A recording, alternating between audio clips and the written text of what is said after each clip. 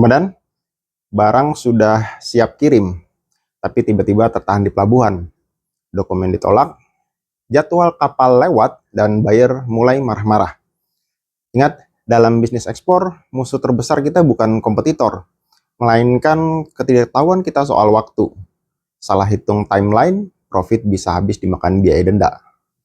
Kemudian sekalian, banyak teman-teman UMKM yang produknya bagus, tapi gagal ekspor cuman karena satu hal, manajemen waktu yang berantakan. Ekspor itu ada urutannya, ada ritmenya. Di video kali ini, saya akan bongkar timeline ekspor yang realistis, mulai dari persiapan dokumen di meja kerja, sampai uang masuk ke rekening komandan. Tujuannya satu, supaya komandan bisa tidur nyenyak saat barang sedang dalam perjalanan. Agenda kita pada pagi hari ini yaitu yang pertama, fase persiapan legalitas, yang kedua, fase dokumen dan kepabeanan, dan fase yang ketiga yaitu pengiriman dan pembayaran.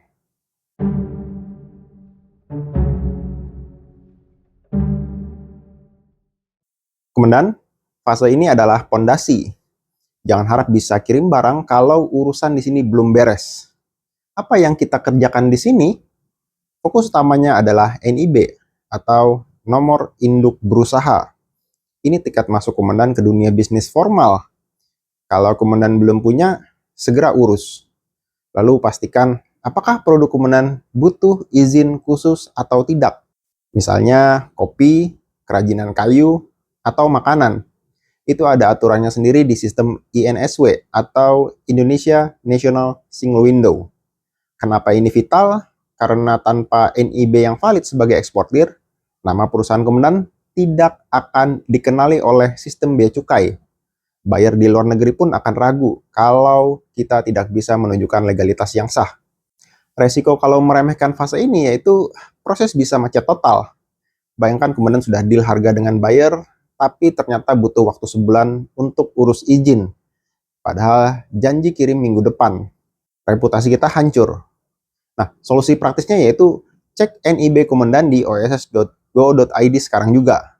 Pastikan KBLI-nya sesuai dengan kegiatan ekspor. Kalau bingung, jangan ragu kontak Dinas Perdagangan setempat.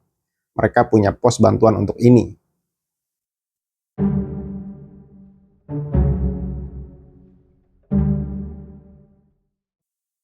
Kemudian sekalian, disinilah ketelitian diuji.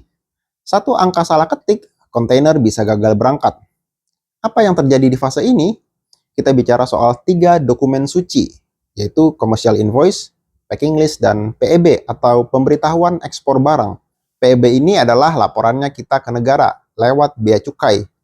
Ini wajib diajukan sebelum barang masuk ke gerbang pelabuhan. Kenapa harus teliti? Data di invoice harus sama persis dengan fisik barang yang dicatat di packing list. Kalau di kertas tertulis 1000 pieces, tapi di kardus isinya 1005 pieces, itu masalah. Bea Cukai punya sistem manajemen resiko. Kalau data kita mencurigakan, barang akan kena jalur merah atau pemeriksaan fisik. Resikonya apa? Pemeriksaan fisik itu memakan waktu dan biaya. Bisa 2-3 hari kerja tambahan. Kalau sampai ketinggalan jadwal kapal atau closing time, komandan harus bayar biaya penumpukan dan booking ulang kapal. Rugi waktu, rugi uang. Solusi praktisnya yaitu gunakan jasa PPJK atau ahli kepabeanan. Kalau ini ekspor pertama komandan. Input data lewat sistem CESA Bea Cukai dengan hati-hati. Jangan pernah mengajukan PEB mepet waktu. Beri jeda minimal 2 hari sebelum jadwal muat barang.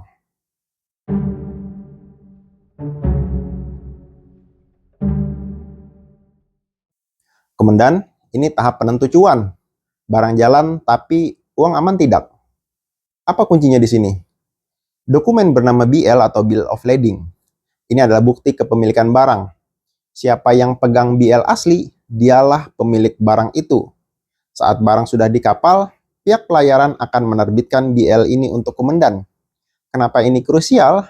Karena BL adalah senjata kita untuk menagih pembayaran, terutama kalau pakai sistem TT atau LC. Jangan pernah kirim BL asli ke buyer kalau pembayarannya belum lunas atau belum sesuai kesepakatan.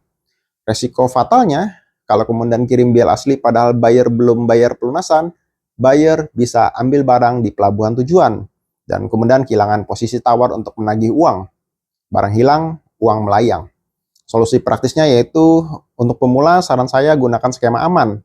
Minta DP di awal dan pelunasan dilakukan setelah kemudian kirim kopi atau scan BL kepada buyer. Aslinya ditahan dulu sampai uang masuk. Kerjasama dengan freight forwarder yang terpercaya, cari yang terdaftar di asosiasi logistik seperti Alfi dan Logindo. Sebagai penutup kemudian, ekspor itu bukan judi. Ekspor adalah kalkulasi. Dengan memahami timeline, dari persiapan NIB, ketelitian dokumen PEB, sampai strategi menahan BL. Kemudian memegang kendali penuh atas bisnis komandan sendiri. Jangan biarkan ketidaktahuan kita membuat kita panik di menit terakhir. Nah, komandan sekalian, dari 3 fase tadi, mana yang menurut komandan paling bikin pusing? Apakah urus izinnya atau takut salah dokumen? Coba tulis di kolom komentar, kita diskusi di sana. Sampai jumpa di video berikutnya. Salam sukses untuk UMKM dan eksportir Indonesia. Assalamualaikum warahmatullahi wabarakatuh dan selamat pagi.